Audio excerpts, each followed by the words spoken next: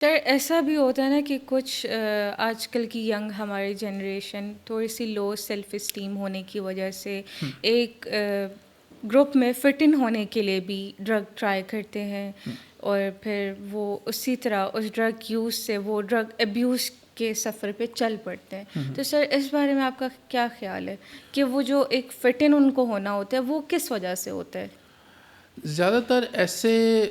Ten agers جن کو کہ گھر سے پیرنٹس کی طرف سے رسپیکٹ نہ مل رہی ہو، اگنور کیا جا رہا ہو، یا مس ایسے بچے جن کو ہم children of dysfunctional families کہتے ہیں، جن کے والدین میں آپس میں ریلیشن اچھے نہیں ہیں، لڑائی جھگڑا رہتا ہے، وہ لوگ زیادہ تر جب باہر نکلتے ہیں تو فرینڈس جب چوز کرتے ہیں تو وہ کہتے ہیں نا کہ سارے لوزرس اکٹھے ہی بیٹھتے ہیں. دے will always pick the losers, جو اپنے پیرنٹس کی برائیاں کرتے ہیں، جو اکثر یہ باتیں مینشن کرتے ہیں کہ ہمیں امپورٹنس نہیں ملتی، ہمارے پیرنٹس ہمارے ساتھ سختی بہت کرتے ہیں. تو یہ جو نیگیٹو گوسپ ہوتی ہے یہ ایسے بچوں کو اٹریکٹ کرتی ہے. سو دیکھنے میں یہ آیا ہے کہ اگر آپ اپنے بچے کے ساتھ تعلقات گھر میں اچھے رکھیں، اس کے ساتھ کمیونیکیشن گھر میں اچھی رکھیں، اس کی رسپیکٹ گھر میں اچھی کریں، پراپر اس کو رسپیکٹ ملے، وہ باہر جا کے جب چوائس کرے گا نا دوستوں کی تو وہ ہیلدی چوائس کرے گا.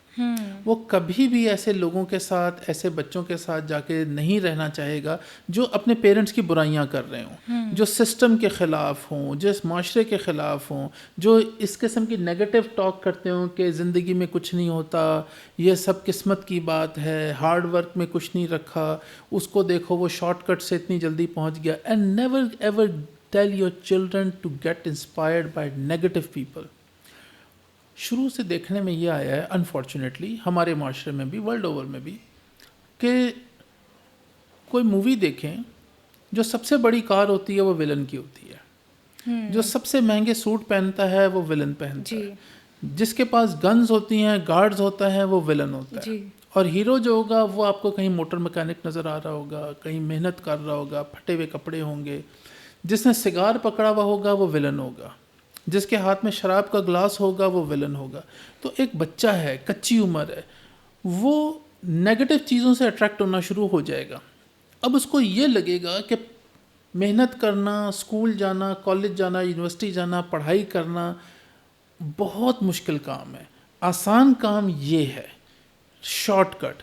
تو بچے کو کبھی بھی شارٹ کٹ سے انسپائر مت ہونے دیں. یہ جو شارٹ کٹ ہے یہ زہر ہے، یہ آپ کے بچے کے ذہن کو زہر آلود کر دیتا ہے. اس کو شوق پڑ جاتا ہے کہ محنت نہیں کرنی چاہیے، پیسہ بہت کمانا چاہیے اور بہت جلدی کمانا چاہیے، چاہے جس بھی چینل سے کمائیں. اس قسم کے جو ارد گرد کا ماحول اگر آپ دیکھ رہے ہیں کہ آپ کا بچہ جا کے بیٹھتا ہے اور ایسی گفتگو شروع کر چکا ہے، سب سے پہلے اس کی دوستی کو کلپ آف کروائیں اور اس کو وہ عزت، وہ رسپیکٹ، وہ امپورٹنس گھر پہ دینا شروع کر دیجیے. پیرنٹس کے لیے میں اسپیشلی یہ کہوں گا،